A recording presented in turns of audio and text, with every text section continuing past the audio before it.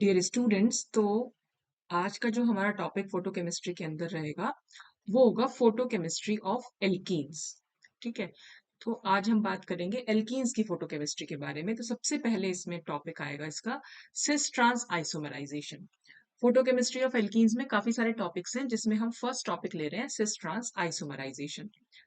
तो जैसे एल्कीन्स के बारे में आपने सुना होगा, वो ज्योमेट्रिकल आइसोमर्स के फॉर्म में भी होती है, सिस फॉर्म और ट्रांस फॉर्म होती है इसकी। तो photochemical cis-trans isomerization is a process where light energy is used to convert one geometric isomer into the other.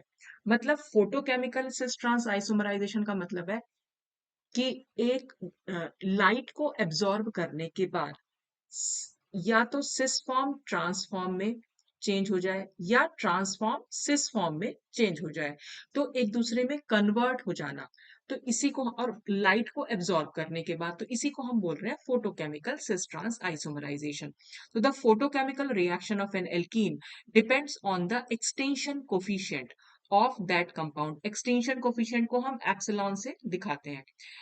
तो ये एक्सटेंशन कोफिशिएंट मैंने बहुत अच्छे से डिस्कस किया हुआ है यूवी स्पेक्ट्रोस्कोपी में, तो आप लोग उसको पढ़ के आ ही रहे होंगे। तो आप लोगों को पता होगा कि ये एक्चुअल में जैसे कह सकते हैं कि ये प्रोपोर्शनल होता है एब्जॉर्बेंस के, कि लाइट एब्जॉर्बिंग प्रॉपर्टी कितनी है। तो मोलर एक्सटेंशन कोफिशिएंट है, तो ये हम एक्सटेंशन कोफिशिएंट के बारे में बात कर रहे हैं। तो मतलब एल्कीन की फोटोकेमिकल रिएक्शन ये इसके एक्सटेंशन कोफिशिएंट पर डिपेंड करती है at any wavelength of light used for the ration, और किसी भी वेवलेंथ पर जिस पर हमने लाइट को यूज किया हुआ हो। जैसे कि a trans isomer is thermodynamically more stable than its cis isomer.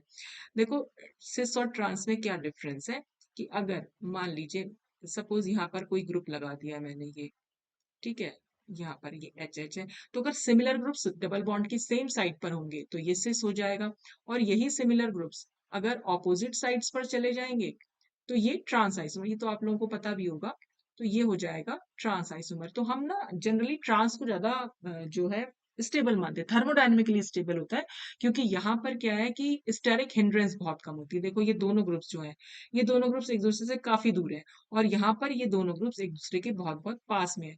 तो सिस फॉर्म में क्या होता है, स्टेरिक रिपल्शन ज्यादा होता है, तो इसलिए सिस फॉर्म जो है कम स्टेबल होती है इन कंपैरिजन टू ट्रांसफॉर्म। तो और क्योंकि ट्रांस आइसोमर ज्यादा स्टेबल है and hence has higher extension coefficient in longer wavelength of light, तो लाइट की लॉन्गर वेवलेंथ पर इसका हायर एक्सटेंशन कोफिशिएंट होता है, यानी इसके एप्सिलॉन की वैल्यू काफी हाई होती है। और इसी की ये वैल्यू लो कब होगी, जब जो है वेवलेंथ जो है शॉर्टर हो जाएगी। ठीक है, तो ये चीज थोड़ा सा ध्यान रखिएगा बेटा कि ट्रांस आइसोमर की लॉन्गर वेवलेंथ पर हायर एक्सटेंशन कोफिशिएंट होता है। आप ऐसे भी याद रख सकते हो कि हायर वेवलेंथ पर हायर एक्सटेंशन कोफिशिएंट और लोअर वेवलेंथ पर लोअर एक्सटेंशन कोफिशिएंट। तो thus in a photochemical reaction of alkene at higher wavelength trans isomer is isomerise to its cis form. और एक चीज और ध्यान रखना कि ये जो एक्सटेंशन कोफिशिएंट होता है और जो परसेंटेज ऑफ आइसोमर होती है, वो दोनों एक दूसरे के इनवर्सली प्रोपोर्शनल होते हैं। मतलब यहाँ पर ऐसे परसेंटेज बना दूं कि अगर एक्सटेंशन कोफिशिएंट की वैल्यू जितनी ज्यादा होगी, उस आइसोमर की परसेंटेज उतनी कम होगी इक्विलिब्रियम में।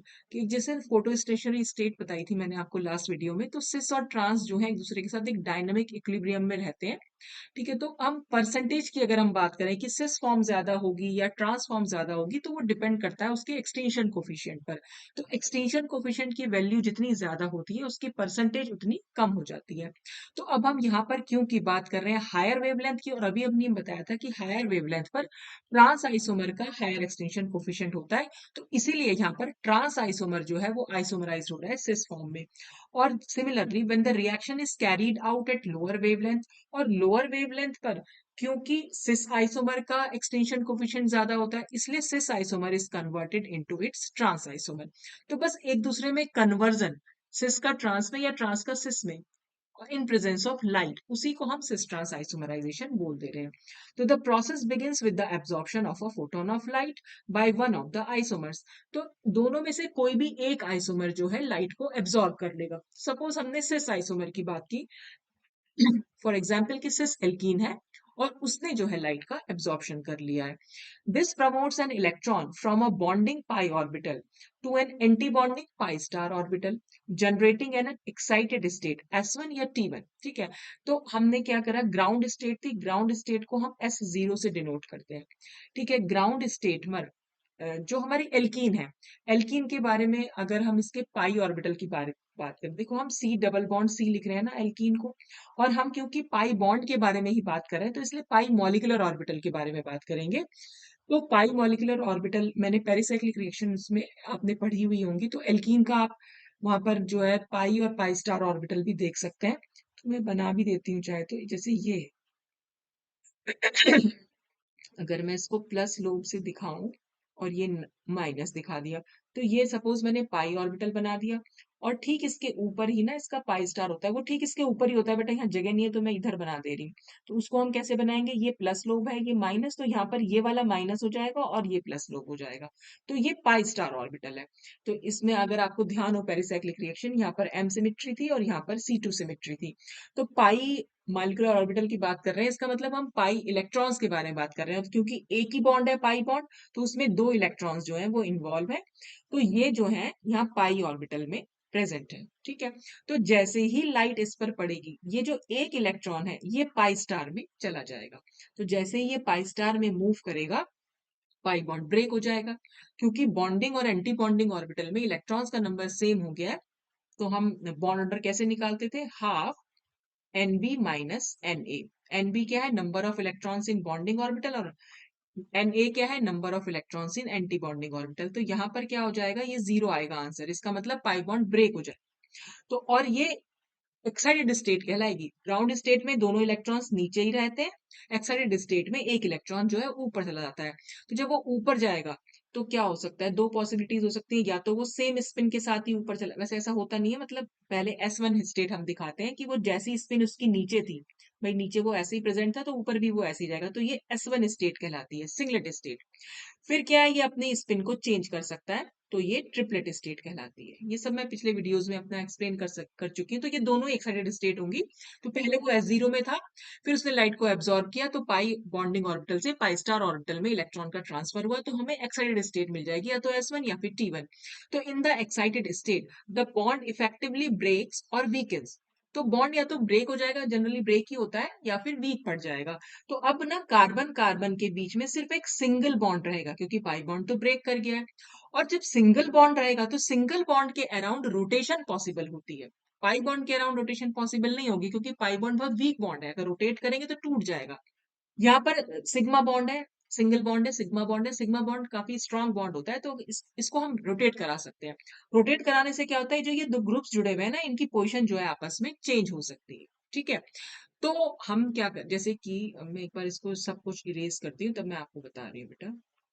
देखो, यहाँ पर अगर सपोज हमने सिस आइसोमर लिया था, ये मैंने एक्स, यहाँ पर भी एक एक्स बना दिया, और ये सपोज ये एच है और यहाँ पर भी एच है। ठीक, अब ये गया लाइट को एब्जॉर्ब किया, और लाइट को एब्जॉर्ब करने के बाद जो इसकी जो इसकी सिंगल बॉन्ड बचा वो हम दिखा रहे हैं। ठीक है, अब मैं ये कह रही हूँ कि ये रोटेट हो सकता है, तो अगर ये बॉन्ड रोटेट हो जाएगा तो हमारे पास सिचुएशन कैसी आएगी कि ये बॉन्ड एक्स और ये एच तो स्थिति ऐसी ही रहेगी, और यहाँ पर क्या होगा, ये एच यहाँ पहुंच जाएगा और ये एक्स यहाँ हो जाएगा। तो ये तो हमारी सिस फॉर्म थी, और यहाँ पर आकर फिर से ये डबल बॉन्ड जो है फॉर्म हो जाता है। तो और ये हमारी जो है ट्रांसफॉर्म है। तो सिस फॉर्म ट्रांसफॉर्म में इस तरह से चेंज हो सकती है। तो ऐसा भी होता है, सिस जब ये रोटेशन होती है ना, तो कई बार ऐसा भी, मतलब ऐसा भी है कि सिस से सिस भी मिल सकता है हमें वापस से, मतलब जब वो ग्राउंड स्टेट में वापस आएगा तो वो सिस में भी चेंज हो सकता है, या फिर वो नया आइसोमर ट्रांस आइसोमर में भी चेंज हो सकता है। तो वही चीज इसमें यहाँ बोली गई है कि हाँ, allowing allowing rotation around what was originally a double bond. तो जो डबल बॉन्ड था, अब तो वो सिंगल बॉन्ड रह गया, जब एक्साइटेड स्टेट में पहुंच गया तो वहां पर रोटेशन हो सकती है। तो this rotation typically leads to a perpendicular geometry in the excited state. ये परपेंडिकुलर ज्योमेट्री कैसे आएगी वो मैं अभी आपको आगे समझाऊंगी। उससे क्या होगा, मिनिमाइजिंग स्टेरिक इंटरेक्शन, उससे स्टेरिक इंटरेक्शन जो है मिनिमाइज होंगे। तो from this twisted excited state, ये जो परपेंडिकुलर ज्योमेट्री आ गई एक्साइटेड स्टेट में, इसको हम ट्विस्टेड एक्साइटेड स्टेट बोल रहे हैं।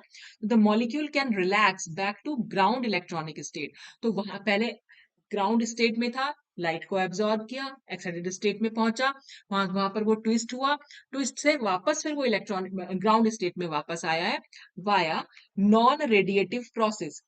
नॉन रेडिएटिव यानी कोई लाइट का वो लाइट को निकालेगा नहीं अपने अंदर से, तो लाइट नॉन रेडिएटिव प्रोसेस मैंने पिछली बार बहुत अच्छे से एक्सप्लेन किए थे, वो तो या तो इंटरनल कन्वर्जन आईसी जिसको हम बोल रहे थे, और इंटर सिस्टम प्रोसेसिंग आईएससी, कुछ भी हो सकता है।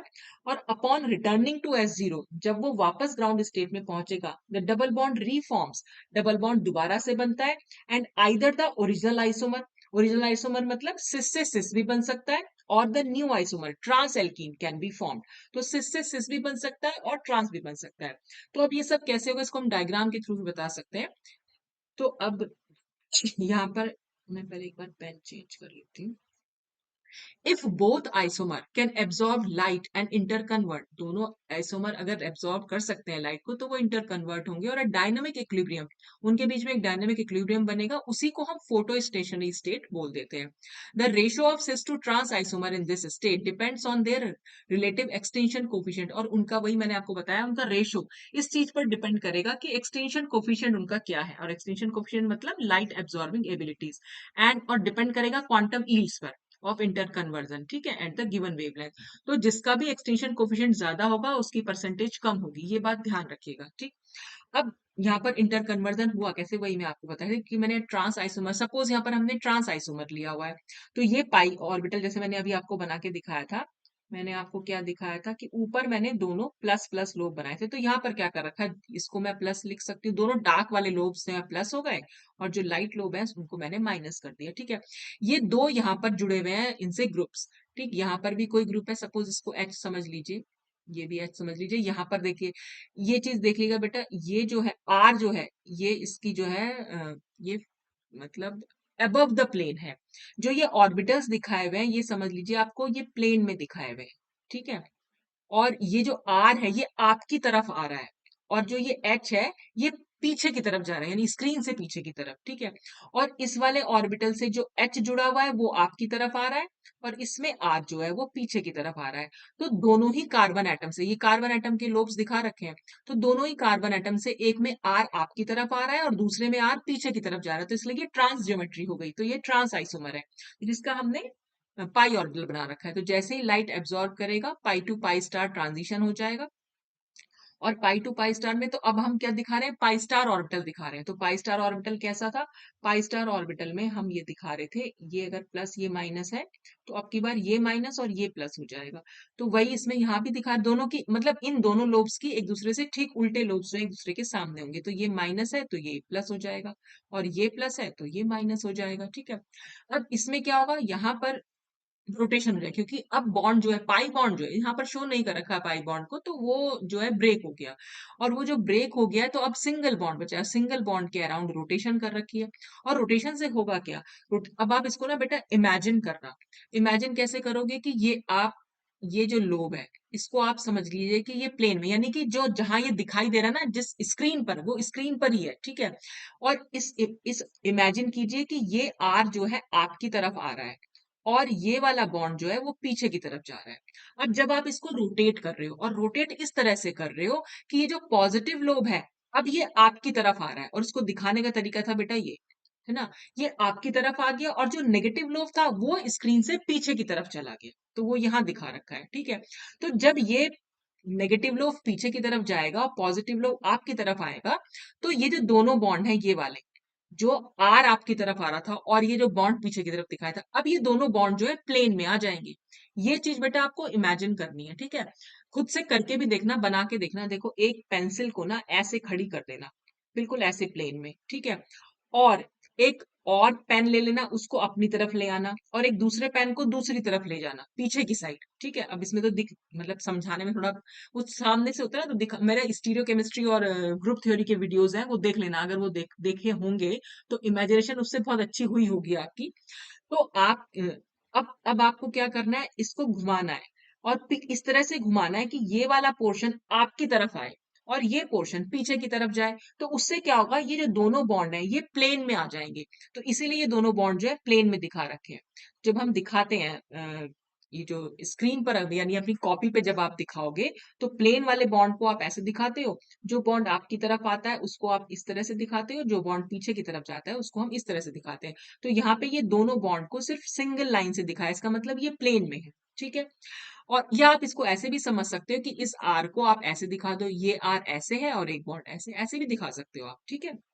तो ये हमारी ट्विस्टेड ज्योमेट्री, एक्साइटेड स्टेट में जब ये पहुंचे, तो क्योंकि यहाँ पर एक ट्विस्टेड ज्योमेट्री, अब ये परपेंडिकुलर तो हो गए, देखो ये तो हमारा सीधा ही खड़ा हुआ है, और देखो मतलब परपेंडिकुलर अगर थ्री डायमेंशंस आप देखें कैसी होती हैं, एक ये हो गई, एक ये हो गई, ये दोनों तो प्लेन में हो गई, और एक ये ऐसे होती जिसको हम ऐसे दिखाते हैं ना, इसका मतलब ये जो पोर्शन है ये आपकी तरफ आ रहा है और ये पोर्शन मतलब पीछे की तरफ जा रहा है। कुछ भी समझ सकते हैं, ये बॉन्ड को आप मतलब ये जो लाइन है ना, इस वाली लाइन को, इसको आप ऐसे समझ सकते हैं कि ये लाइन एक आपकी तरफ आ रही है और एक सिरा इसका पीछे की तरफ जा रहा है।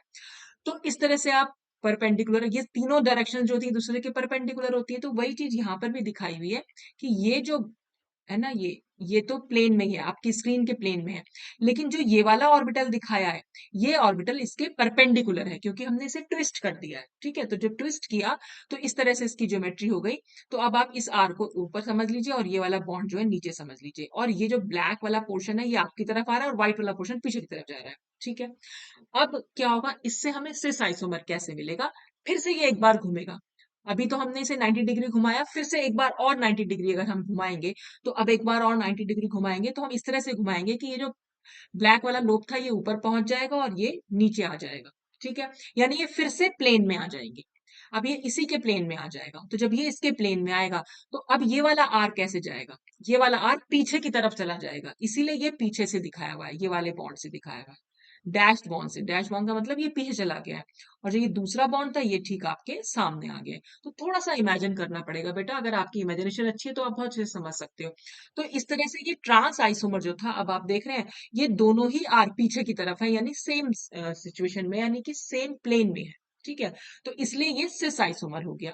तो सिचुएशन ऐसी भी हो सकती थी कि वापस से हमें ट्रांस भी मिल सकता है, लेकिन सिस भी मिल रहा है इसमें, तो वो एक फोटो स्टेशनरी स्टेट होती है। डिपेंड करता है, जिसका भी एक्सटेंशन कोफिशिएंट ज्यादा होगा उसकी परसेंटेज कम होगी, जिसका कम एक्सटेंशन कोफिशिएंट होगा उसकी परसेंटेज ज्यादा होगी। तो इस तरह से ये एक ट्रांस आइसोमर सिस में या सिस आइसोमर ट्रांस में चेंज हो सकता है। इसी को हम सिस ट्रांस आइसोमराइजेशन बोल रहे हैं। तो आई होप कि आपको थोड़ा सा क्लियर होगा, अगर आपकी इमेजिनेशन थोड़ी सी अच्छी होगी तो बेटा आप समझ सकते हो इसको। Up the synthetic utility value of trans-cis isomerization lies in the fact that the more stable alkene can be readily converted into the less stable alkene. देखो जो less stable यानी जो cis isomer है, क्योंकि वो लेस स्टेबल है, थोड़ा सा मुश्किल है उसको मतलब उसको बनाना।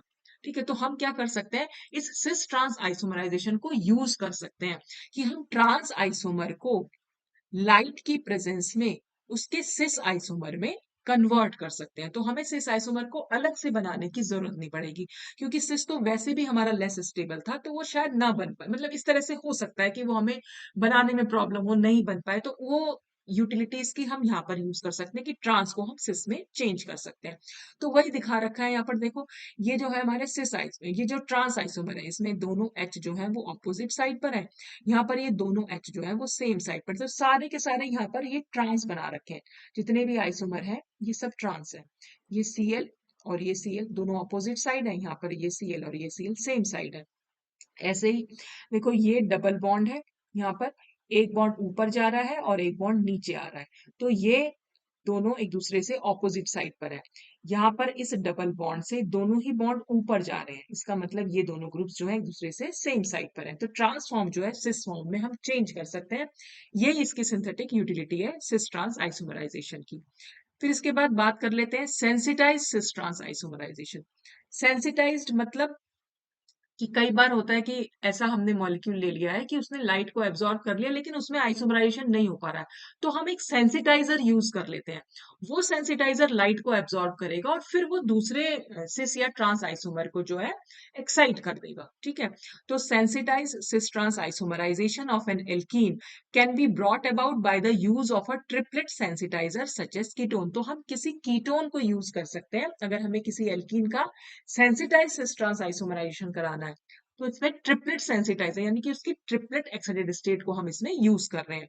तो the sensitise isomerisation of stilbene is a typical example. तो स्टिल्बिन का हमने यहाँ पर एग्जाम्पल लिया हुआ है।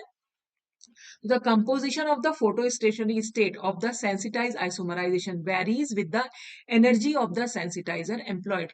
कौन सा सेंसिटाइजर हमने यूज किया है उस पर डिपेंड करेगा हमारा फोटो स्टेशनरी स्टेट का कंपोजिशन।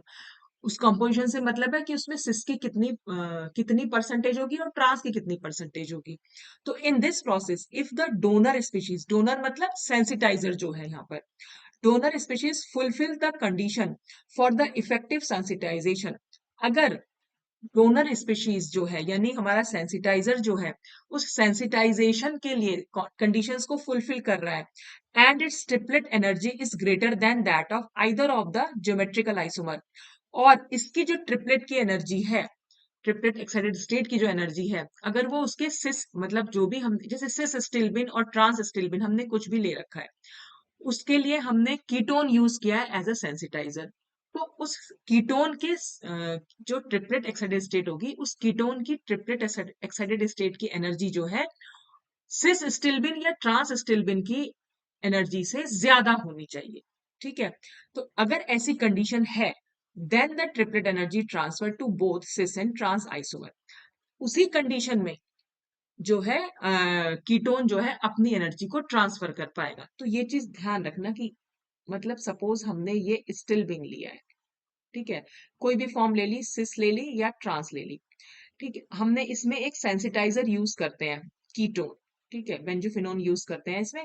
तो इस कीटोन की एक्साइटेड स्टेट की एनर्जी जो है हमेशा ज्यादा होनी चाहिए इनकी एनर्जी के कंपैरिजन में। बस इतना ध्यान रखना, और अगर ऐसी कंडीशन है तभी ये कीटोन जो है अपनी एनर्जी को ट्रांसफर कर पाएगा, तभी जो है आइसोमराइजेशन हो पाएगा एंड आइसोमराइजेशन टेक्स प्लेस। तो the initially formed cis and trans triplet excited species, अब ये ट्रिपलेट एक्साइटेड स्पीशीज कैसे बनी कि कीटोन ने लाइट को एब्जॉर्ब किया, कीटोन अपनी एक्साइटेड स्टेट में पहुंचा, और वही एक्साइटेड स्टेट में पहुंचकर तब उसने अपनी एनर्जी को ट्रांसफर किया और सिस या ट्रांसफॉर्म को एक्साइट कर दिया। उन्हीं एक्साइटेड स्टेट की हम बात कर रहे हैं कि ट्रिपलेट एक्साइटेड स्टेट सिस और ट्रांस की on collapsing to the ground state gives a mixture of isomers, और फिर वापस जब ये ग्राउंड स्टेट में जाती हैं तो ये अपना एक आइसोमर्स का मिक्सचर देती हैं। अभी हम रिएक्शन देखेंगे बेटा, आपको सब समझ में आ जाएगा तब। Because the sensitiser can excite both isomer, क्योंकि सेंसिटाइजर हमारा जो है वो दोनों आइसोमर को, सिस को भी और ट्रांस को भी दोनों को एक्साइट कर सकता है, क्योंकि दोनों की ही एनर्जी से ज्यादा एनर्जी उसकी खुद की है। So the proportion of the cis trans isomer in the photostationary state from a sensitized reaction is lower than that obtained from the direct irradiation। तो अगर हम cis trans का डायरेक्ट इरेडिएशन कराते और उससे जो हमें फोटो स्टेशनरी स्टेट मिलती और उसमें जो cis trans आइसोमर का कंपोजिशन होता वो हमेशा ज्यादा होगा in comparison to a sensitise reaction. ठीक है, तो sensitiser of high energy give photostationary state with approximately the same composition of isomers। जैसे 55% सिस है तो 45% जो है उसमें ट्रांस होगा, लगभग लगभग सेम हमने मान लिया। ये कब हुआ, 55% कब मिला, जब हमने एक फोटो सेंसिटाइज रिएक्शन कराई, यानी सेंसिटाइजर की प्रेजेंस में रिएक्शन कराई। वाइल डायरेक्ट फोटोलिसिस, लेकिन अगर हम डायरेक्ट फोटोलिसिस करा दें या डायरेक्ट इरेडिएशन करा दें तो results in a higher proportion of cis isomers in case of stilbene. तो स्टिल्बिन के इस केस में तब हमें सिस आइसोमर जो है ज्यादा प्रोपोर्शन में मिलेगा, 93% मिल रहा है। तो वही चीज उन्होंने ऊपर बोली है कि सेंसिटाइज रिएक्शन की फोटो स्टेशनरी स्टेट में सिस और ट्रांस आइसोमर का जो परसेंटेज होता है वो कंपैरेटिवली कम होता है, और डायरेक्ट इरेडिएशन में हमेशा ज्यादा मिलता है। तो cis trans isomerisation of stilbene can be carried out by using benzophenone as the sensitiser, और जो मैकेनिज्म है उसकी वो कुछ इस तरह से दी हुई है। देखो यहाँ पर ये फोटो सेंसिटाइजर हमने बना रखा है बेंजोफिनॉन, ये इसकी ग्राउंड स्टेट है S0। जैसे ही इसने लाइट को एब्जॉर्ब किया ये S1 में चेंज हो गया, इसीलिए हमने यहाँ पर बेटा स्टार दिखाया है। यहाँ पर स्टार दिखाने का मतलब है कि ये एक्साइटेड स्टेट है, ठीक है, और ये S1 यानी कि ये सिंगलेट एक्साइटेड स्टेट है। फिर सिंगलेट एक्साइटेड स्टेट में क्या रहा होगा कि दोनों जो इलेक्ट्रॉन्स रहे होंगे, दोनों इलेक्ट्रॉन्स की जो स्पिन थी वो ऑपोजिट रही होगी। फिर ये एक इलेक्ट्रॉन अपनी स्पिन को चेंज करेगा और ये ट्रिपलेट एक्साइटेड स्टेट में चेंज हो जाएगा। ठीक, तो इस तरह से ये फोटो सेंसिटाइजर जो बेंजोफिनोन हमने यूज किया उसकी ट्रिपलेट स्टेट हमें मिल गई। अब ये ट्रिपलेट स्टेट क्या कर सकती है, दोनों ही फॉर्म्स को एक्साइट कर सकती है। तो यहाँ पर हमने सिस स्टिल्बिन दिखा रखी है, यहाँ पर हमने ट्रांस स्टिल्बिन दिखा रखी है। बेंजोफिनोन की एक्साइटेड स्टेट हमने दोनों में सेम ले रखी है। ठीक, तो उससे क्या होगा, अब ये एनर्जी का ट्रांसफर इसमें कर देगी, यहाँ से भी एनर्जी यहाँ चली जाएगी, यहाँ से भी एनर्जी। तो अब क्योंकि इसने अपनी एनर्जी दे दी तो ये तो वापस ग्राउंड स्टेट में आ जाएगा, इसलिए हमने इसके आगे S0 लिख दिया। और ये जो है एक्साइटेड स्टेट में पहुंच गया, इसलिए ये T1 हो गया, और यहाँ पर हमने स्टार भी बना दिया। और एक्साइटेड स्टेट में जाकर क्योंकि सिंगल बॉन्ड ही रह जाएगा, इसलिए हम एल्कीन का, तो हमने वो सिंगल बॉन्ड यहाँ पर दिखा दिया। और ये रेडिकल फॉर्म, मतलब यहाँ जो है बॉन्ड टूट गया है। जब बॉन्ड टूट गया है तो एक इलेक्ट्रॉन यहाँ रह गया और एक इलेक्ट्रॉन यहाँ रह गया। ठीक है, तो ये ऐसा ही हमने यहाँ ट्रांस के केस में दिखाया हुआ है। फिर फाइनली क्या होगा, ये जो हमने फॉर्म ली थी, दोनों जो सिस और ट्रांस फॉर्म थी उनका स्पिन इन्वर्जन होगा और वापस से क्या हो जाएगा, बॉन्ड फॉर्म होगा। क्योंकि ये ट्रिपलेट स्टेट थी तो जो दोनों इलेक्ट्रॉन्स होंगे वो दोनों के दोनों इस तरह से होंगे, तो ये इस तरह। और क्योंकि स्पिन इन्वर्जन होगा, स्पिन इन्वर्जन से क्या होता है, एक इलेक्ट्रॉन अपने को स्पिन को इन्वर्ट कर लेगा, और जैसे ही स्पिन इन्वर्ट करेगा दोनों के बीच में एक बॉन्ड फॉर्म हो जाएगा, इसलिए यहाँ डबल बॉन्ड दिखाया हुआ है। तो ये स्टिल्बिन की सिस फॉर्म और ये हमें ट्रांसफॉर्म मिल जाती है। तो इस तरह से ये जो है हम दिखा सकते हैं कि स्टिल्बिन यहाँ पर क्या हुआ कि सिस ट्रांसफॉर्म जो थी वो अपने आप से लाइट को एब्जॉर्ब नहीं कर पा रही थी, यहाँ पर हमें सेंसिटाइजर को यूज करना पड़ा। तो ये सेंसिटाइज सिस ट्रांस आइसोमराइजेशन होता है। ठीक, अच्छा, sometimes photochemical cis trans isomerization may also takes place in the presence of halogens। तो कई बार ये photochemical cis trans isomerization in presence of halogens भी होता है। It appears that under these conditions there is a photochemical product of halogen atoms which adds to the alkenes yielding a radical। तो कई बार ऐसा भी हुआ कि इन photochemical product जो मिला हमें halogen atom के साथ, वो एल्कीन के साथ ऐड होगा और एल्कीन के साथ ऐड होने के बाद वो एक रेडिकल दे देगा।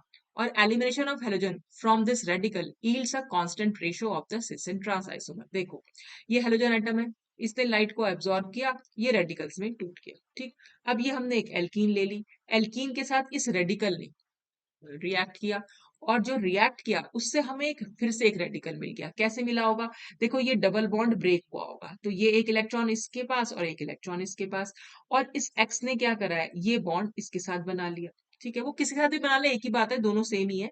तो यहाँ बना के दिखा दिया, और इसका एक रेडिकल एज इट इज हमने यहाँ दिखा दिया। अब क्योंकि यहाँ सिंगल बॉन्ड है तो सिंगल बॉन्ड के अराउंड तो रोटेशन भी पॉसिबल है, तो रोटेशन भी हो सकता है। तो जैसे ये रोटेट हुआ होगा तो कुछ परसेंटेज तो ऐसी रह गई होगी, और कुछ परसेंटेज में ये रोटेट कर गया होगा, तो जिसमें हमने इसको H को ऊपर दिखा दिया और R को नीचे दिखा दिया। फिर जो इनसे फाइनल प्रोडक्ट मिलेगा तो हमें दोनों एल्कीन्स मिल जाएंगे। तो सिस ट्रांस आइसोमराइजेशन ये इस तरह से भी पॉसिबल है, हेलोजन की प्रेजेंस में था।